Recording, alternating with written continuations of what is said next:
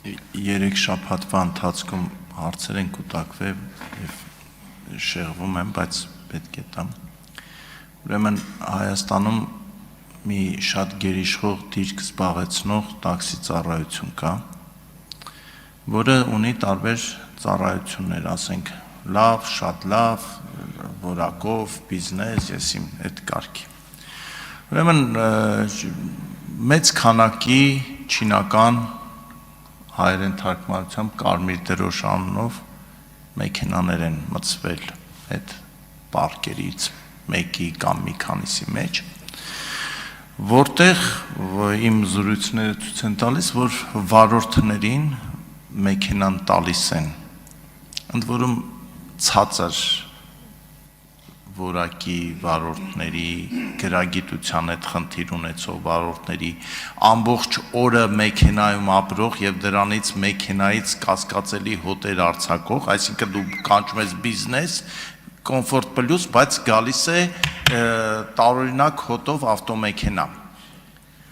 Ու դրա համար վճարում ես 2000-2500 դրամ։ Այդ մարդիկ էլ 17,000 դրամ օրական վարձով են քշում, էկոնոմիկայի նախարարությունը, էկոնոմիկայի նախարարությունը ինչ է մտածում այս խնդիրը կարգավորելու համար, որովհետև ես էլ չգիտեմ ում դիմեմ այս խնդրով։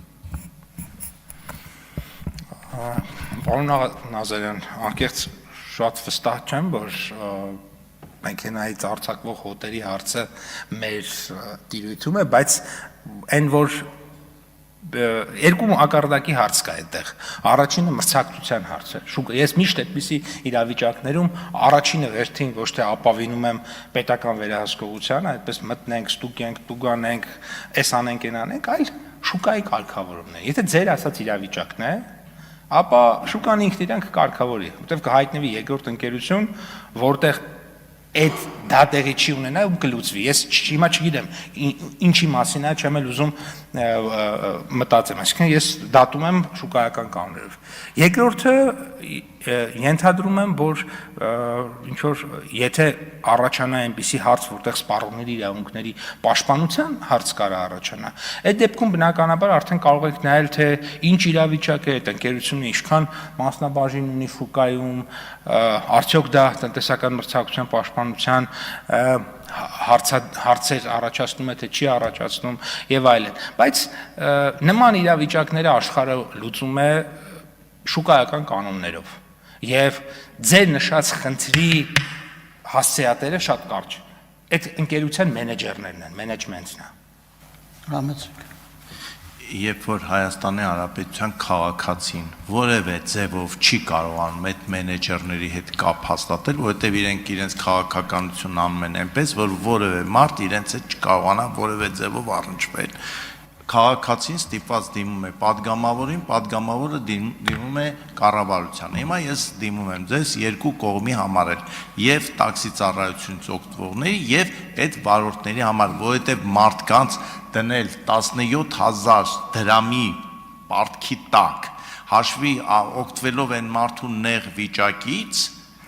եւ նա էլ ստիպված 20 ժամ, 22 ժամ անցկացնում է իր ավտոմեքենան, որ 17 պլյուս գումար, դա վտանգում է եւ իր առողջությունը, եւ ուղևորի կյանքը, որովհետեւ 20 ժամ ավտոմեքենա քշող մարդը չի կարող անվտանգ տեղափոխել մեր երեխաներին, մեզ եւ մեր ծնողներին։ Դա ձեր ուղիղ պարտականությունն է, դա կանխել։